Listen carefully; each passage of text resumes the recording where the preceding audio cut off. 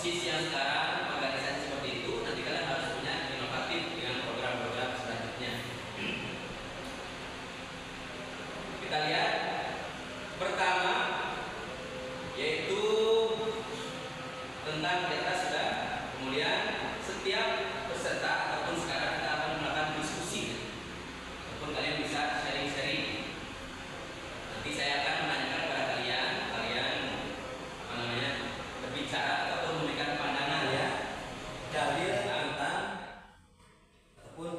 Tujuan pembelajaran hari ini kita akan mengidentifikasi dalil nakli atau dalil Al-Quran dan hadis tentang sikap inovatif etika berorganisasi. Di antaranya harus punya sikap A'udzu billahi minasy syaithanir rajim. Bismillahirrahmanirrahim.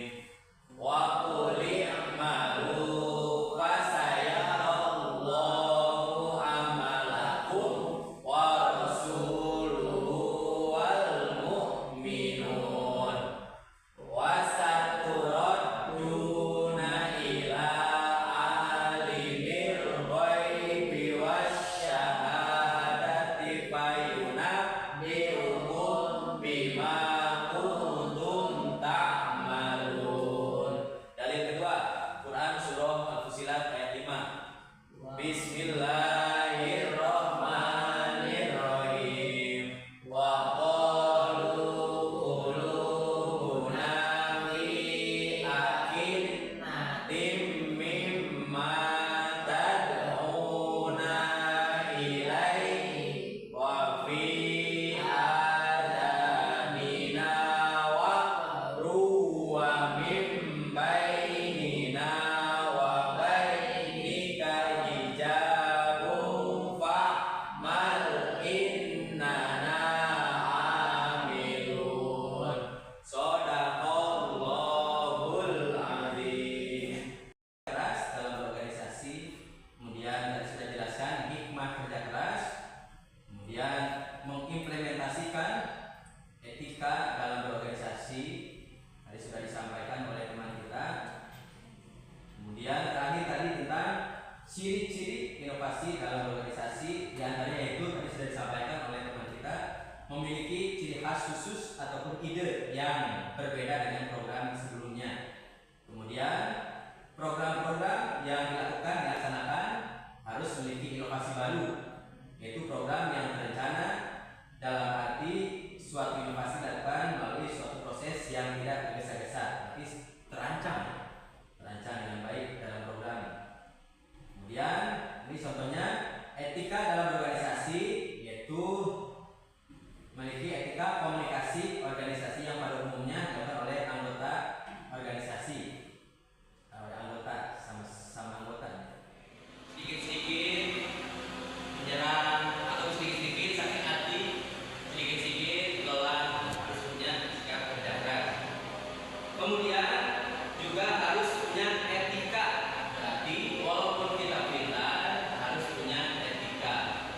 Etika ini yang harus kalian miliki dalam organisasi. Etika terhadap orang yang lebih tua ataupun senior, etika terhadap orang yang lebih muda ataupun junior dalam organisasi. Kita lihat kiat-kiat apa saja dalam organisasi. Satu, memiliki etos kerja yang keras, kemudian punya inovatif. Kemarin kita sudah membahas inovatif. Kalian harus bisa merubah, misalnya bentuknya seperti ini. Kemudian karena kalian berinovasi, bentuk yang seperti ini dirubah oleh kalian menjadi seperti ini. Inovasi dalam organisasi sama. Posisi yang sekarang organisasi seperti itu, nanti kalian harus punya inovatif dengan program-program selanjutnya. Kita lihat pertama,